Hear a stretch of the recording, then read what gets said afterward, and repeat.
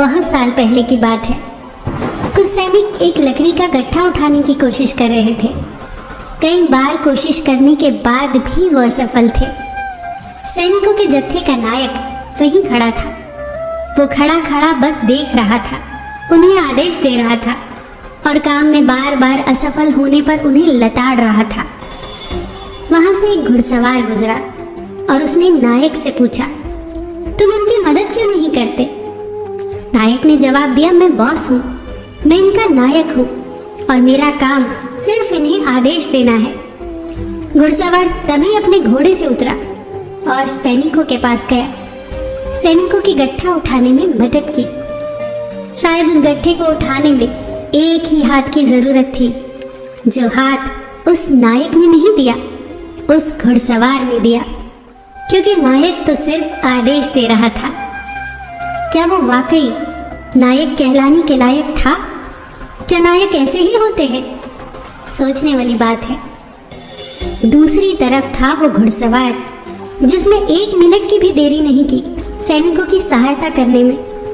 घुड़सवार चुपचाप घोड़े पर सवार होकर उस नायक के पास गया और बोला, अगली बार जब तुम्हारे आदमियों को सहायता की जरूरत पड़े तो तुम अपने नायक को बुला लेना। ये कहकर वो घुड़सवार चला गया। जानते हैं वो नायकों का नायक, वो घुड़सवार कौन था?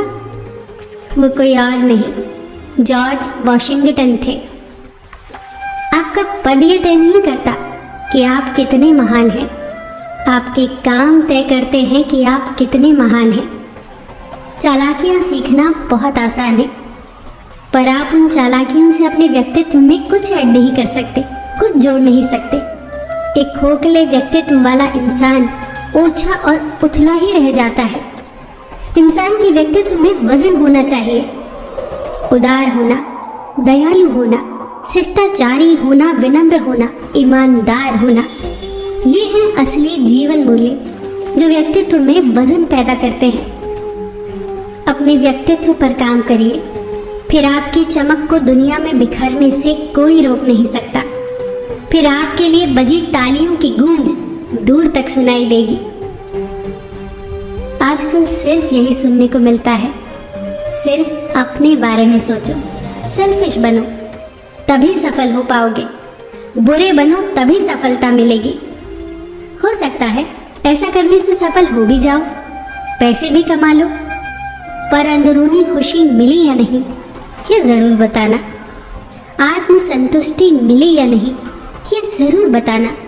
शांति मिली या नहीं ये जरूर बताना। एक दिन एक 10 साल का बच्चा एक आइसक्रीम की दुकान पर गया। वो कुर्सी पर बैठा और वेटर को बुलाकर पूछा, एक कोन आइसक्रीम कितने की है? वेटर ने कहा 25 रुपए की। बच्चे ने अपनी जेब से सिक्के निकाले और गिनने लगा। सिक्के गिनने के बाद उसने फिर वेटर से पूछा, एक कप आइसक्रीम कितने की है?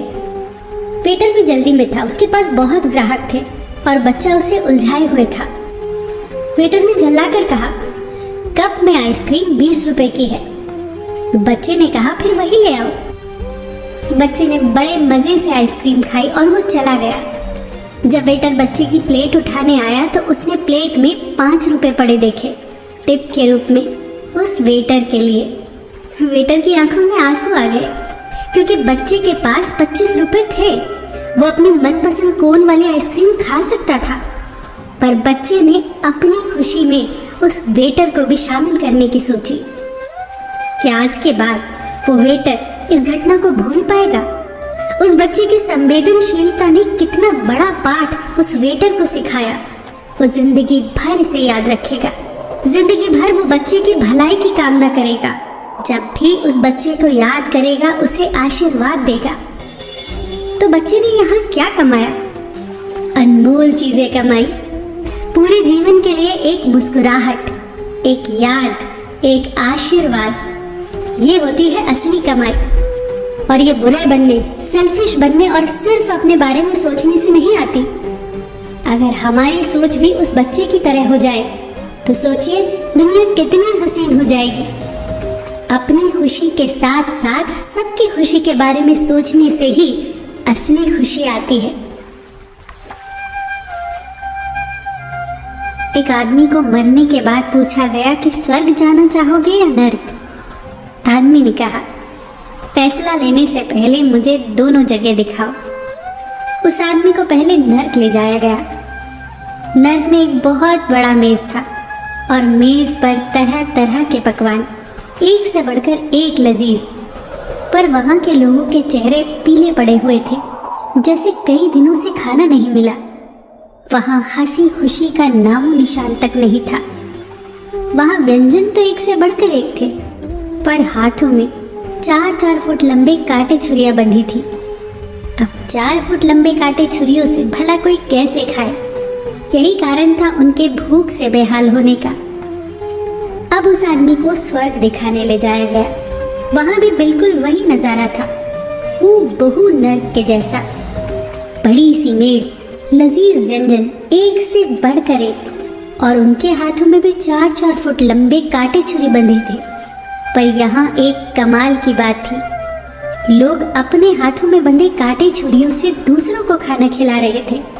आमने सामने बैठे लोगों के एक दूसरे को खाना खिलाने से वहाँ आनंद ही आनंद था, खुशहाली थी, संतुष्टि थी, सबके चेहरे चमक रहे थे।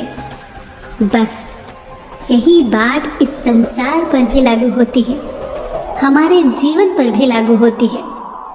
सिर्फ अपने बारे में नहीं सोचना, सबको साथ लेकर चलना है, तभी असली खुशहाली आएगी, असली आनंद मिलेगा, असली संतुष्टि मिलेगी। फिर मिलेंगे दोस्तों अगली वीडियो के साथ।